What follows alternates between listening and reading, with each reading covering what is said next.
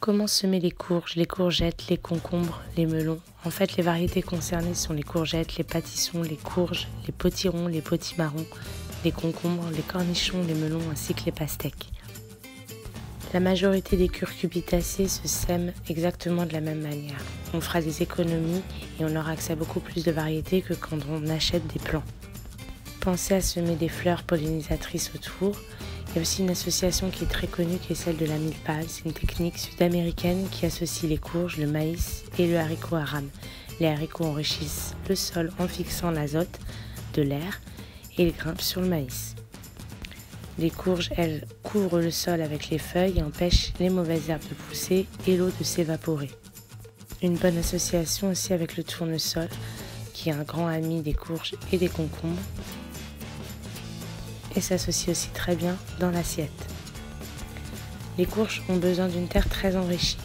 Elles ont l'avantage d'être un des rares légumes à supporter les fumiers où le compost peut décomposer, pas frais non plus. Apportez-en plusieurs pelletées par emplacement avant la plantation. Dans de nombreuses fermes, les courges sont directement plantées dans un tas de fumier.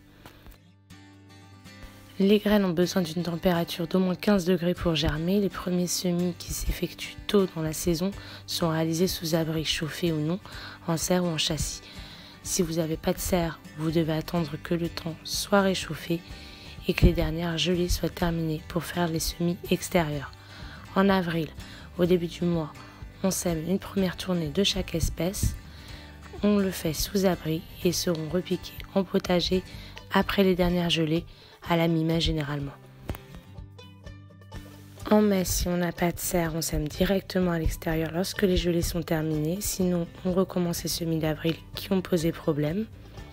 En juin, pour les courgettes, les cornichons ou les concombres, on peut semer une nouvelle fois directement en place. Comme ces plants sont plus tardifs, ils prendront le relais si les premiers semis ont une maladie ou commencent à voir la production baisser. C'est conseillé pour les courgettes qui souffrent souvent de l'oïdium. Dans le midi, les dates de semis peuvent être avancées de 3 semaines environ.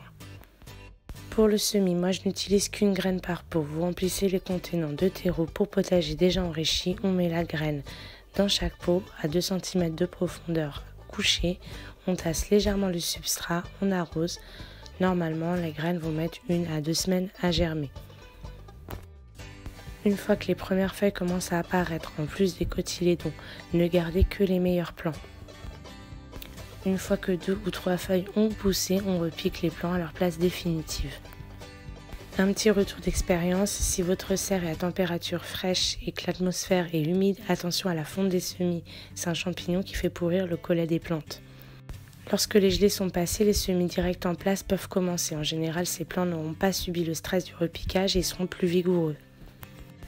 Si vous semez en ligne, espacez-les d'1,20 m au minimum, autrement laissez 1 mètre d'espace en tous sens pour chaque emplacement, surtout pour les citrouilles. Enfouissez 3 graines à plat tous les mètres pour les courges et les courgettes, toutes les 60 cm pour les concombres et les cornichons. Vous tassez légèrement la terre, vous arrosez, vous pouvez les couvrir d'une cloche pour les protéger et augmenter la chaleur.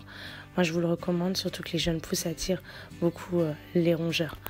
Faites attention aussi aux limaces, elles sont très friandes. Vous mettez des cendres de bois autour des plantations, ça les fera fuir. Il faut renouveler l'opération après chaque pluie. Comme les courges s'étalent beaucoup, vous pouvez les utiliser comme couvre-sol pour les cultures autour, par exemple en faisant courir les tiges entre les choux, les poivrons, les céleri raves. Lorsque vous plantez vos courges, vous pouvez y semer en même temps des radis ou des salades. Elles seront récoltées avant que les courges prennent trop de place. Vous pouvez aussi manger les fleurs de courgettes frites, c'est délicieux. Enfin, observez bien, arrosez s'il y a besoin, paillez et récoltez au fur et à mesure. Certaines courges se récolteront seulement à la fin de l'automne. Bon jardinage à vous, merci d'avoir regardé cette vidéo.